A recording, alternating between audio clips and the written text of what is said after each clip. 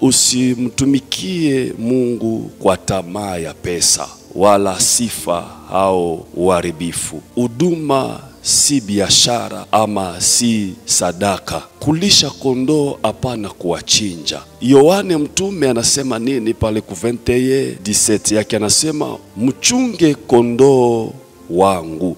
Mtumishi wa Mungu ni mlinzi wa roho za watu, sio mnyonyaji wa waamini. Lisha kwa neno la kweli, kwa upendo na subira. Mtumishi wa Mungu anatakiwa kujitakasa kila siku. Timotheo wa pili 2:21 anasema mtu akijitakasa atakuwa chombo cha heshima kitakatifu chenye mafaa kwa Bwana. Hakuna huduma yenye nguvu bila maisha ya ndani ya maombi na utakatifu na toba. Mtumishi wa Mungu anatakiwa kuwa mfano wa kuigiwa mkiswahili nyingine. Timotheo wa kwanza 4:12 anasema kuwa kielelezo kwa waamini katika mwenendo, upendo, imani na usafi. Mtumishi wa Mungu anatakiwa kuishi kile anachokihubiri,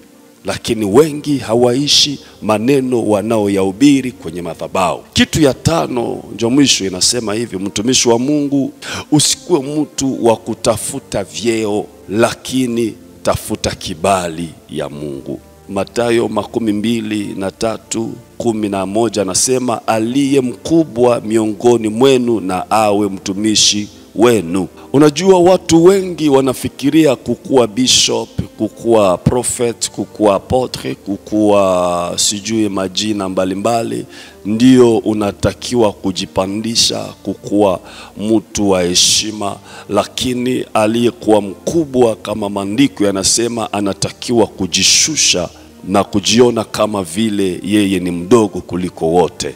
Kitu ambacho nataka uweke katika moyo wako na uende nasema katika moyo wako, ukiri haya maneno: nitajitakasa, nitahubiri kweli, nitatumikia Mungu kwa unyenyekevu, nitaheshimu wito wangu na nitakamilisha kazi yangu kwa uaminifu na kwake Yesu. Amen.